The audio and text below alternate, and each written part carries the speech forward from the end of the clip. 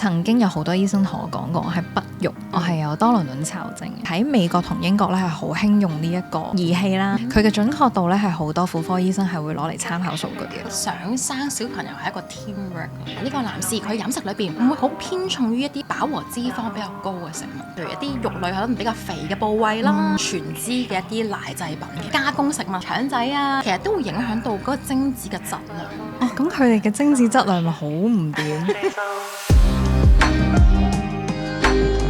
？Hello，welcome back to Playtime。我係 Playtime Talk 嘅 Irene。咁上一集啦，我哋就有提及到有乜嘢嘅食物啦、營養啦，係可以提升到性慾或者性功能啦，亦都嘗試咗呢一個嘅催情朱古力嘅。咁好感謝我哋今集仲係依然有我哋嘅註冊營養師 Chorus 陪伴我哋啦，歡迎你。但嗰陣我真係好熱，我上一集之後我都仲係流緊汗嘅。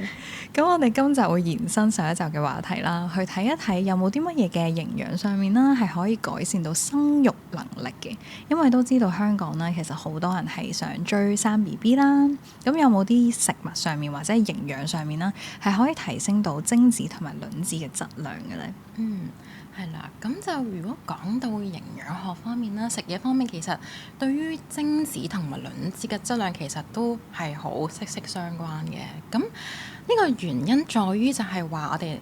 都會講緊其實大家普遍嘅心態就會覺得我要生個小朋友，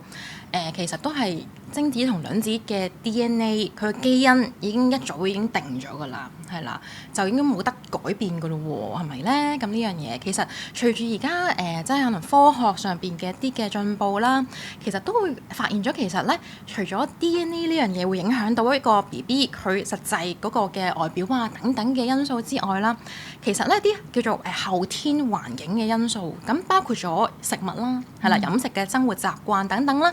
其實就會影響咗一啲叫做 epigenetics， 係啦，咁即係叫做一啲叫做表觀遺傳學嘅嘢，即係意味住好似我哋都會聯繫到佢嘅 DNA， 好似一個我哋會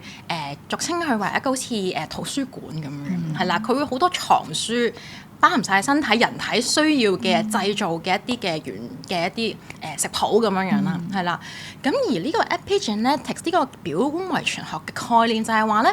就好似呢一個圖書館裏邊咧，你去點樣打理啦，係啦，即係可能有啲嘅可能係圖書管理員。佢可能係某啲嘅特別嘅重要嘅一啲嘅DNA 咧，佢就會好好照料嘅。佢可能係室溫嘅，可能係濕度啊等等咁樣樣，或者有啲地方咧，佢係會會幫佢可能係可能唔公開對外公開放咁樣樣。呢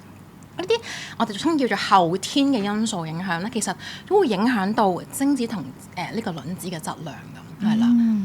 所以係有呢個科學根據，即真係可以影響到嘅。咁我想問啦，因為我哋如果用一個係中醫嘅角度啦，我哋成日講叫女仔去調理身體。咁但係咧，我哋如果講西醫角度啦，有好多嘅科學證明啦，其實男性嘅 DNA 對於胎兒嘅影響係好大嘅。所以我自己去睇嘅話，我就覺得唔係淨係女性調理身體，係男女方都可以用營養學嘅角度咧，係去令到佢哋嘅精子同卵子質量提高嘅時候，咁佢哋嘅 DNA 先會更加好噶嘛，即係整理佢嘅圖書館啊嘛。冇錯，係啦。咁我覺得其實喺西方少少嘅角度出發咧，其實都會好似你提到啦，就係話其實唔係就係女方係啦單方面，其實係一個我哋話係一個 teamwork 嚟嘅，係啦。因為我哋都話，如果要有一個俾一個 BB 一個生命，佢一個叫做head start 啦，係啦，優先。我哋話其實可能。大家可能作為家長成日都話好中意講咩贏在起跑線咁樣啦，係啦。咁其實呢個起跑線喺邊度定嘅？邊度開始嘅咧？其實咧就唔係真係個 BB 出世之後嘅事啦，已經係精子同卵子個源頭啦，嗰度係啦。咁所以其實喺即係外國咧，其實佢哋都中意會講一個叫做 first 1000 days 呢個概念嘅。咁呢個 first 1000 days 其實係即係咩嘅日子個時段咧，個關鍵啦，我哋話影響一個 BB 個生命係啦，會嚟緊佢可能未來可能3歲定80嘅概念啦，係講緊係啦，未來可能幾廿年佢嘅影響咧對佢個人生係啦。咁其實嗰個 first 1000 days 咧係已經始源於係嗰個精子同卵子嘅製造，係啦，即係佢準備想要去懷孕啊，係啦嘅前起碼最少3個月嘅時間，係第一個嘅起步點嚟嘅，係啦。咁跟住咧，其實講緊咧就會係，如果呢個卵子同精子好成功地結合咗啦，佢有個健康嘅精子同健康嘅卵子，咁就會形成咗健康嘅胚胎啦，係啦。咁而胚胎佢可以好健康地喺嗰個嘅媽媽嗰個子宮裏邊去直床啦，係啦，個着床啦，係啦。咁跟住咧就會牽涉到9個月嘅一個懷孕期間啦，係啦，大家都應該會清楚啦，係啦。咁再加上呢個1000日咧，就係當呢個 BB 出世之後嘅第24個月，係啦，即係2歲，由0至2歲呢段時間，係啦，就係一個最關鍵嘅1000日嘅日子啦，係啦。咁所以其實喺營養學，點解我哋一個營養師嘅角色可以幫助可能一啲想被準備懷孕嘅一啲嘅夫婦去可以協助佢哋會順利啲咧？其實好似一個 journey 係啦，就去 guide 住佢哋，去指引佢哋。其實喺唔同嘅階段裏邊，佢可以點樣去做啊？去幫助、去輔助，增加佢懷孕嘅機會咁樣。所以係頭1000日就係幫助呢個 BB 未成形之前已經可以贏在起跑線，呢個幾好。但係除咗呢個之外啦，我都想深入啲問多少少，就係男性啦，譬如我哋想幫佢提升精子嘅活躍度啊，因為我哋講贏在起跑線啊嘛，咁睇下點樣跑得快啲可以贏到啦。咁我哋係咪有啲嘢食啊，或者係營養嘅提升係可以幫助佢嘅精子健康？因為知道香港其實有好多係我哋講畸形嘅精子呢樣嘢，或者係真係游得比較慢。係冇錯。咁就我諗第一樣嘢其實咧，如果我哋營養師可以見一個呢位男士想改善佢精子嘅質量時候咧，其實第一樣都會睇就係本身佢嗰個男士嗰個體重嘅 BMI 㗎，係啦，因為其實都有好多嘅研究會指出，就係話如果一個男士本身佢個 BMI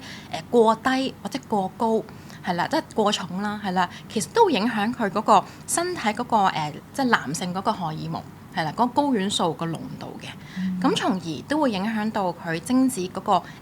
質量啦，或者係健康嘅，係啦。咁所以第一樣評估嘅嘢，一般嚟講就係佢睇下佢個本身個體重係啦，有冇需要因為佢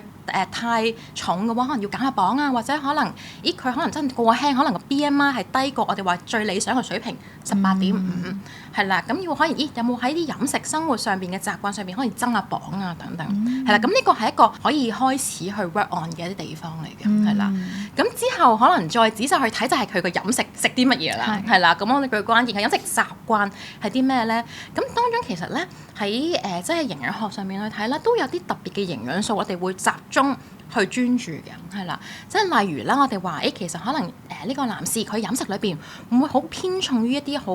我哋話飽和脂肪比較高嘅食物，係啦，即係講緊可能係譬如一啲肉類可能比較肥嘅部位啦，係啦，佢好中意大魚大肉嘅男士可能普遍都係偏向於，或者佢好中意食一啲嘅可能全脂嘅一啲奶製品嘅，係啦，中意飲鮮奶、全脂奶啊、沖咖啡啊愛嚟，係啦，或者可能係佢中意食一啲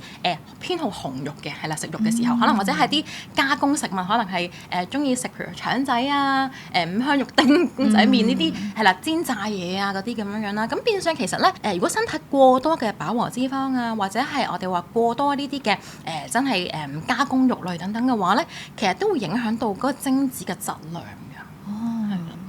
哇！我身邊識好多人就係你所描述嘅食嘢方法，哦，咁佢哋嘅精子質量咪好唔掂？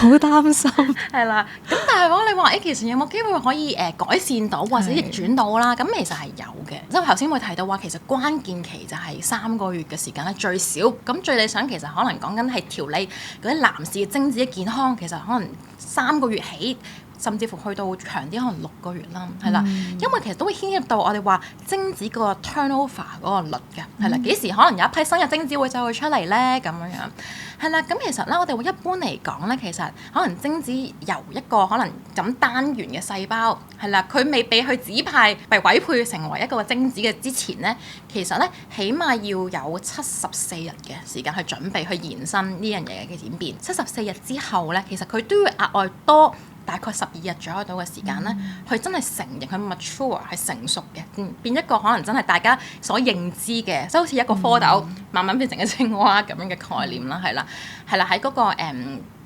嗰個嘅睾丸裏邊去成熟啦，係啦。咁所以變咗，如果假設呢位男士佢係都想同佢嘅妻子有生小朋友嘅時候，其實嗰個計劃其實就可能或者要起碼3個月前要準備定啦，係啦。咁如果你3個月內真係可以改善到呢啲嘅生活嘅飲食嘅習慣嘅話，其實隨之然其實都會可以幫助到佢改善到佢精子嘅健康。咁假如佢係即係都健康嘅，都唔係超重啦，咁會唔會可以建議佢食某啲嘅嘢，或者係增加一啲營養劑，係可以幫助佢呢段時間製造更加好嘅精子？係啦，咁頭先除咗話提到可能係點樣控制一啲嘅可能飽和脂肪啊、加工肉類嘅攝取量之外啦，其實我諗其次一個都幾緊要嘅營養素就係啲奧米加3脂肪酸嘅，係啦，因為奧米加3脂肪酸都有少少抗炎嘅作用啦，係啦，同埋其實咧佢對於精子嗰個叫做表面嗰個細胞膜咧，其實都有保護作用嘅，係啦，咁都會即係幫助去改善到一啲精子嘅一啲嘅質量啦，係啦，咁所以變相咧其實咧如果有一啲嘅男士本身可能飲食都叫做健康啦，係啦，其實都不妨有時候我哋都會額外建議，譬如可能諗下可以食一啲可能係 supplement 上面嘅可能有啲奧米加3嘅脂肪酸嘅魚油丸啦，甚至乎其實有一啲嘅研究都有做過，就係針對奧米加3嘅，就係如果個男士咧每日食75克嘅呢一個 walnut， 即係合桃啦，即係大家可能認知就係補腦啦。但係似乎咧，其實如果食呢啲嘅合桃咧，佢因為當中都好豐富奧米加3咧，似乎咧都會幫助咧呢個男士佢嗰個精子嘅質量啦，係啦，佢個濃度啦，或者可能佢個活躍度啦，游得快啲咁樣咯。但不過佢都要食12個星期，係啦，即係其實講緊都要幾個月嘅時間啦。Walnuts 中文係咪合桃？合桃係冇錯。合桃同奧米加3。我諗除咗呢一個比較可能少人會認知嘅營養素之外啦，其次就可能大家都比較熟悉啲，就可能係葉酸啦。葉酸通常就會聯繫到女士嘅，但係我覺得唔係女士專利嘅營養素嚟嘅，係啦，因為葉酸其實都會幫助咧精子嘅製造過程裏邊，係啦，咁所以其實男士食多啲可能係深綠色嘅蔬菜啊，呢啲其實都會幫助去改善到精子嘅質量嘅。咁講完男士精子質量啦，如果女士想提升，譬如佢排卵啦、佢健康啦、卵子嘅健康啦，有冇啲乜嘢係可以參考嘅？係啦，因為我覺得女士相對其實比較複雜嘅，係啦，因為我諗大家可能都身同感受啦。作為女性，就係其實我哋每個月都有好多啲月經嘅週期啦，其實當中牽涉到好多唔同種類嘅一啲即係女性嘅荷爾蒙啦，係啦，大家可能比較熟悉一啲嘅就可能係雌激素 estrogen 啦，係啦，或者係progesterone 黃體素啦，甚至乎我哋話輔助排卵嘅針對係啦，叫做 FSH 或者係一啲叫做 luteinizing hormone 係啦，呢啲咁樣嘅元素其實都喺飲食上邊其實都會有啲嘢係可以協助到嘅，係啦，好似幫助佢嗰個排卵期可能準啲嘅，可能大家比較常聽見就可能係食啲黃豆製品嘅嘢係啦，因為有當中會有啲黃豆嘅異黃酮啦，係啦，咁就係因為同我哋話身體嘅雌激素好相似。咁就幫助刺激身體啦，去個排卵嗰個嘅機率嘅，係啦。咁變相呢啲都係喺飲食嘅角度上面，其實都會有輔助作用嘅。你啱啱講到4種嘅荷爾蒙啦，我呢度就順便去分享一下，因為其實我自己啦，分享下啦，我係有多囊卵巢症嘅，我由18歲開始係醫生去 diagnose。咁點解會有呢樣嘢咧？就係我當時係由我10幾歲開始嚟 period 啦，嚟經期咧係唔準確嘅。咁我就去睇醫生啦。咁後尾咧就話我係有多囊卵巢症。咁佢點樣判斷呢個症狀咧？就係用超聲波去睇入邊有多囊啦，然後睇下譬如係體毛啊，咁可能喺一個青少年嘅期間啦，你會有好多體毛嘅出現啊、暗瘡啊，或者係其他嘅表現，佢會定律為 OK， 你係有多囊卵巢症啦。咁我咁多年嚟咧，都一直覺得我係有多囊卵巢症嘅，因為第一我嘅經期係非常之唔準嘅，咁另外都會有體毛嘅問題啊，各樣咁樣啦，咁就被判症啦。咁但係去到咧，我後尾因為食咗避孕丸去排嗰個經期會比較順咧，但係令我得到一個好嚴重嘅副作用，就係肥咗幾十磅。咁然後啦，個心情啊各樣嘢都會被影響，因為其實你嘅荷爾蒙係好大嘅一個影響嚟嘅。你當你食緊咁多嘅避孕丸嘅時候，咁但係個問題嚟啦，就係咁多年之後咧，我一直覺得其實我對於我嘅排卵啦、我嘅身體啦，我係完全唔知嘅。我只係當時聽咗一位醫生嘅講法，我就判斷自己係多囊卵巢症。咁但係我揾唔到一個方法去醫治呢樣嘢，因為醫學上係冇醫治多囊卵巢症，冇針對性去醫呢樣嘢。係啦，咁後尾我就揾咗好多唔同嘅方法，食療啦、營養啦，好多唔同嘅治療師我都見過。我係想尋求一個大啲嘅 picture，去知道究竟我個身體發生緊咩事，佢係咪真係多囊卵巢症咧？咁我相信大家如果有多囊卵巢症嘅人都會知道係唔好受嘅一件事嚟嘅，即係你會係情緒上嘅影響啦、體重啦，係嚟唔到經期啦、排唔到卵啦。咁但係好無助嗰個位就係佢冇任何嘅藥物真係幫助到呢樣嘢根治啦。佢講，咁我當時咧我就一路去尋求幫助嘅時候咧，我就揾到一部機器去睇下自己嘅荷爾蒙，就係頭先你提及嗰4種荷爾蒙啦。其實佢非常之影響我哋一個女性嘅 cycle 嘅。咁其實我哋咧係可以用驗尿嘅方法去 check 到自己荷爾蒙啦，然後去睇嗰個成個我哋由去經期去到譬如我哋排卵啊各樣嘢 luteal phase 一路咁樣去睇自己嘅狀況啦。咁我發覺咧原來我係有排卵嘅。咁因為之前我一直都唔知道，咁我就去揾自己個 cycle 啦。呢度同大家做一個好簡單嘅分享，因為原來咧香港係好少人知道有呢樣嘢嘅，大家都係可能去藥房買咗一啲試紙，咁去睇下自己當日有冇排卵啦。但係其實呢個唔係一個準確嘅方法，而喺美國同英國咧係好興用呢一個儀器啦。佢嘅準確度咧係好多婦科醫生係會攞嚟參考數據嘅。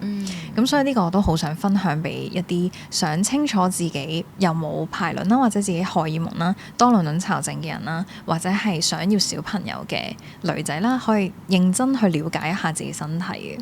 咁呢個 app 咧，我唔講個牌子啊。佢係一個機器嚟嘅，呢度睇下啦，係啦。咁佢每朝早咧，你就要喺呢個杯仔嗰度去小便啦。然後咧，佢就會有一支好似驗孕棒咁嘅東西啦，就打開佢啦。然後咧，我哋就將佢咁樣掹出嚟先。咁你小便咗喺呢個杯度啦，然後插落去10秒鐘左右，攞翻出嚟啦。跟住我哋插上去啦。冚翻個蓋，衛生啲，然後咧就可以將佢擺入去呢部機器入邊。咁等15分鐘左右咧，佢個 result 就會去咗你嘅手機嗰度噶啦。咁佢就會升咗一個 app 啦，然後喺個 app 入邊咧就會可以見到你嗰日你嘅荷爾蒙。咁佢呢個係一個 cycle 啦。咁個 cycle 入邊咧，其實佢就會睇到你頭先所提及嘅4種荷爾蒙啦。咁然後話俾你知，你今日係處於你嘅 cycle 嘅邊一個位置，所以你可以非常之準確地去知道你係幾時排卵啦，幾時嚟到經期。咁呢一個係譬如我係好想有小朋友嘅，或者好似我咁有多囊卵巢症，我根本唔知道自己 cycle 發生嘅咩事嘅時候，就可以用呢樣嘢去睇。咁再配合翻一啲嘅飲食上面啦，一陣都會講到譬如營養上面嘅一啲改善啦、運動啦、睡眠啦、減壓啦，係真係可以改善到多囊卵巢症。同埋曾經有好多醫生同我講過，我係不育呢個狀況。去到我10年之後啦，我啱啱上個星期攞翻報告，我揾咗一個生育科嘅專科去幫我做一個好詳細嘅報告啦。咁係抽血去睇嘅。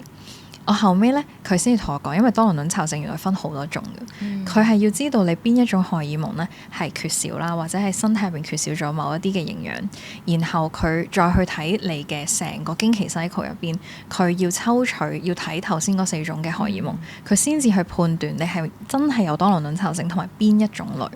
最後尾我係冇嘅。10年之後，我發覺我係冇多囊卵巢症嘅，咁所以就係了解自己身體先，就係成個 big picture 你睇得清楚，咁你先可以去改善到呢件事情。所以我好身同感受就係頭先講嘅營養上面，或者係改善我哋卵子啊，一個女性嘅排卵周期，其實真係好複雜嘅。係啊，多環啊。咁同埋都之前都聽 Irene 你係啦咪後嘅分享，其實都喺飲食上面都改變咗好多。你話係啊，呢個都想問你嘅。我唔知自己，因為營養學不是我的專長啦，我係都係自己去摸索嘅。我係將我嘅飲食啦改變成為係高蛋白質、多蔬果、少澱粉質同埋脂肪嘅。呢個係咪都有佢嘅幫助喺入邊？其實咧，我覺得對於多囊卵巢症，頭先你提及到啦，就係話你可能好多嘅即係情緒上嘅起伏啊，係啦，呢一方面其實主要針對我諗，其實喺我哋嘅飲食建議上面，第一樣嘢咧會聯繫到就係你話齋碳水化合物上面嘅攝取嘅。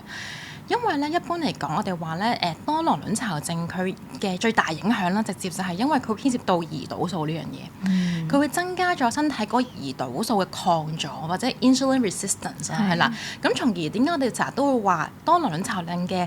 女士咧，其實會容易個機率咧會患有呢個糖尿病患嘅二型嘅糖尿病患啦，係啦。咁所以我哋一般嚟講，第一樣建議就係有多囊卵巢症嘅一啲嘅女仔啦，其實都可能會行一啲叫低 GI、低呢個升糖指數嘅飲食模式，去幫佢去控制翻身體嗰個胰島素嗰個嘅程度，或者去血糖嘅升幅嘅係平穩翻佢係啦。咁變相好似就話齋，如果你係行一啲低碳水化合物或者高蛋白質嘅嘢，其實某程度上都會幫你控制你身體個血糖嘅升幅嘅係啦。即係可能你會情緒上你冇咁波動啦，咁從而間其實咧喺背後咧身體裏邊可能會幫你控制翻身體啲血糖水平啊、胰島素水平啦。其實咧呢一個間接地都會幫助去調理翻啦，係啦，身體呢啲嘅女性嘅雌激素可能係嗰啲荷爾蒙啦等等嘅一啲嘅程度嘅係啦，咁變相可能都會幫你調理緊個身體，令到你嗰個身體嗰啲嘅月經嘅一啲嘅 cycle 係比較準確啲咯。OK。咁頭先講到我哋可以食呢啲嘅嘢去改善啦，會唔會有啲食物係唔可以食㗎咧？即係譬如話，我聽身邊有啲朋友想有小朋友，佢就話唔好飲咖啡因，唔好飲酒，呢啲係咪都一定會有佢嘅傷害？咁我要睇翻其實佢嗰個程度去幾多啦個分量，因為一般嚟講，我哋話如果喺研究上面啦，其實咧佢就話每日其實個女士如果假設真係有想有小朋友嘅話咧，其實建議每日攝取量咧唔好超過500個毫克嘅咖啡因，或者咧如果再低啲嘅範疇，就可能 around 300毫克左右到。個原因係在於第一樣嘢啦，因為咖啡因都係啲我哋刺激個身體嗰個大腦神經嘅一啲嘅物質啦。咁呢啲係其實係會經過媽媽嗰個胚胎嗰個胎盤去到小朋友上面嘅。咁二來咧就係話咧，其實咧咖啡因呢樣嘢可能都係有刺激性嘅作用啦。咁變相有機會令到增加咗個媽媽流產嘅機會。係啦，咁所以變咗其實如果對於真係可能有想有小朋友嘅婦女嚟講咧，其實都盡量建議咧每日唔好超過3杯嘅咖啡，係啦，或者可能6杯嘅一啲茶類，即係相對地個咖啡因含量比較低一啲嘅一啲飲品咁樣樣，係咯，即係唔係絕對唔可以？唔係絕對唔可以嘅。不過我諗有啲可能會比較緊張啲嘅媽媽啦，係啦，咁佢就我哋都會建議，如果你話我真係中意飲咖啡，咁你就可以揀啲我哋叫 decaf 係啦，冇咖啡因嘅一啲咖啡，就可能純粹攞個味道啦，係啦，就過下癮咁樣樣。咁都好啲，咖啡是我的生命，係啦，提神嘅作用啦，因為始終佢都會有啲。係啊。咁除咗我哋飲食上面啦，會唔會係我哋講自然懷孕先啦？咁去到自然懷孕，少不免我哋要講性呢樣嘢啦。咁會唔會係坊間啦有講話性愛體位係可以改善到呢樣嘢啦，或者係增加女性嘅性愉悅度，係會容易啲受孕呢個講法？你又覺得係咪有醫學根據嘅？呢樣嘢其實我自己可能唔係我嘅範疇啦，係啦，咁但係我會覺得其實有少少 placebo effect 嘅，有啲安慰劑嘅作用啦，係啦，即係覺得如果你話其實我覺得咁樣嘅體位可能咁，我覺得好似幫助好似好啲喎，都會牽涉到其實好似上一集我哋會提到嗰種開心荷爾蒙嗰個因素嘅，一個係心裏邊嘅心理因素，好影響到你可能當時嘅表現啊等等咁樣。咁變相可能你會提高你嘅滿足度，感覺你就會覺得好似個懷孕機會就會大啲啦咁樣。係，因為我聽過好多人分享講話某一種嘅體位，或者係將女仔嘅雙腳擺上男性嘅膊頭上面嘅時候，然後等佢嗰個衝力可以大啲，然後咧就反地心吸力，將佢咧就咁樣對腳咁樣拱起，咁就可以容易啲去受孕啦。但係真係好想同大家分享就係你精子嗰個質量，佢游得有幾快，遠遠係勝過你將自己反轉嘅。所以當然啦，增添你嘅性嗰個愉悅度係有幫助嘅。就好似頭先講，你開心嘅時候，當然啦，你受孕嘅機會可能會增加啦。咁你產生呢一啲開心嘅荷爾蒙，亦都係有幫助嘅。咁呢個都係大家參考下。咁你有冇遇過係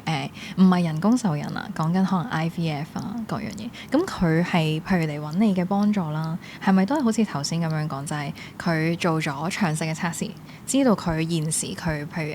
丈夫同埋太太啦，佢係嗰個精子同卵子嘅健康情況，然後再一步一步幫佢提升呢個質量咧。係啦，咁其實咧都會其實好配合翻醫生佢嗰個 stage 係啦，個邊個階段係啦，即係譬如可能話女仔佢可能要安排去打針去排卵係啦，咁嘅時候我哋飲食上有啲咩配合咧？可能係幫助係 focus 喺譬如佢體重上邊有冇改善嘅係啦，因為我同一啲嘅營養師嘅朋友去 catch up 啦，大家傾起就係話一個女仔佢就話佢其實都係30零歲，都後生嘅，其實係話其實都想有小朋友，但不過佢就已經要去到諗要 IVF 呢個嘅階段係啦。咁但係點解其實咧就話其實講到呢個女仔原來本身嘅體重好高嘅，係比較重嘅係啦。個醫生都話你真係要減下磅啦係啦，因為你太重啦。其實可能個成效 IVF 都唔係咁好啊係啦咁樣係啦。因為我都反而自己就冇話真係有啲實際嘅 client 啦嘅 case， 不過反而我就會遇過就係話原本咧我哋有個女仔啦嚟揾我，可能主要係純粹減肥嘅啫，目標係。咁但係減肥期間佢無端同我講話我有咗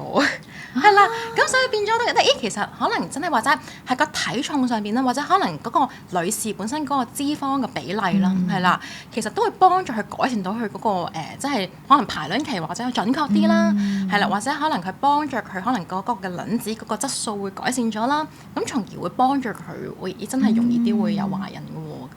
恭喜佢啊！真係係啦，都因為嗰陣時都好開心，因為佢係即係原本跟我去開始想減肥啦，跟住中途話有咗啦，我要暫時退出先啦。咁之後其實佢直情真係帶埋個小朋友嚟揾我，係啦，咁都好開心見到個小朋友抱住咁樣樣。係我覺得係開心，即係好似頭先你分享呢個帶翻小朋友翻嚟係好窩心嘅，係窩心嘅一件事，即係都戥佢高興嘅，即係可能變相你係講緊賺翻起，唔係話真係 focus 喺性嗰方面健康，只係佢係普通整體嘅健康。係提升咗嘅時候，咁隨之其實好多嘢都會得以改善，係一個好似話連環相關嘅嘢咯。係啊，所以我成日都話你健康嘅時候，性只係生命入邊可能係10%，但係當你唔健康亦都無性嘅狀態嘅時候，係對你嘅生命係帶成可能90%嘅問題。所以所有嘢都係講一個 balance 同健康咯。但係真係好開心嘅聽到呢啲分享係。咁除咗我哋講頭先嘅一啲方法啦，會提升到精子同卵子嘅質量啦，有冇啲可以分享係飲食上面或者係生活習慣上面想提升性健康呢樣嘢？有冇啲乜嘢嘅建議可以俾到一啲準爸爸媽媽？咁我會覺得其實頭先提過啦，因為我覺得想生小朋友係一個 teamwork 嚟嘅，係啦。咁所以變咗其實好多飲食習慣建議上面啦，其實男士同女士其實都好相近，即係好似話要控制翻佢嗰個飽和脂肪攝取啊，或者可能係葉酸上邊嘅攝取啊，可能要控制譬如佢維他命啊，譬如可能我哋又話奧米加3脂肪酸啊，其實都可能嚟自於譬如可能係啲深海魚類三文魚啊，或者啲堅果啊、合桃啦，提到嗰個例子係啦。咁其實咧可以大家一齊去進行嘅呢件事，唔係話可能男仔話男仔、女仔話女仔分開去做，係一個真係大家一個嘅合作啦，係啦，就我哋話係神隊友啦，係一個係啦。咁所以變咗就可能喺日常生活裏邊就其實會唔會可以譬如大家真係可以有機會去行街買餸係啦，都係一個我哋話聯繫一個關係嘅一個方法啦，係啦，真係去煮飯仔咁樣樣去準備食物啦，去買呢啲健康啲嘅食材啦。咁變相其實都係無意間可能係可能係心情上、心理上嘅係一個係啦，覺得開心啦，係啦。咁即係可能會覺得其實係唔係一種壓力，即係唔係話我一定要有小朋友嗰種壓力啦。其實可能會影響到男士或者女士嗰啲嘅雌激素啊各方面嘅影響啦，係啦，荷爾蒙上面影響啦。咁從而喺飲食上面，或者係你真係奉承一啲即係健康飲食啲嘅模式啦，係專注 focus 喺啲可能係比如海產、海鮮呢啲嘅食物去取代一啲加工嘅肉類啊，或者可能食多啲我哋話可能係維他命 C 啊、維他命 E 呢啲，我哋話可能係深綠色嘅蔬菜啊、水果等等嘅，係啦，因為呢啲都係我哋話俗稱一啲叫做抗氧化物好豐富嘅啲食材啦，係啦，都係對抗我哋話身體啲自由基嘅嘢，係啦，因為啲自由基其實咧，除咗我哋話最常聽到嘅就係話影響到可能皮膚啊、老化啲外咧，其實咧對於我哋話真係精子同卵子質量都其實會相關，會影響到佢哋嘅，係啦，倒不如就可以諗下，其實可唔可以有大家係一啲共同去做嘅一啲嘅嘢，可以咁就變相咧就可以成就到呢一個嘅真係健康嘅 BB 啦。係啊，其實頭先講得好好，就係壓力呢樣嘢，因為好多人佢好急切，真係好想有小朋友嘅時候，反而佢令到成件事好有壓迫感。即係譬如佢係每一日都 check 緊自己個排卵期嘅時候，佢要 check 到係嗰一個鐘頭，好啦，我要嚟啦，即刻入房啦。咁其實你好大壓力㗎，反而係放輕鬆。真係有好多唔同嘅方法，雖然知道真係難咗好多嘅，都聽到好多人分享係有小朋友真係難嘅。咁但係當你放輕鬆嘅時候，譬如我哋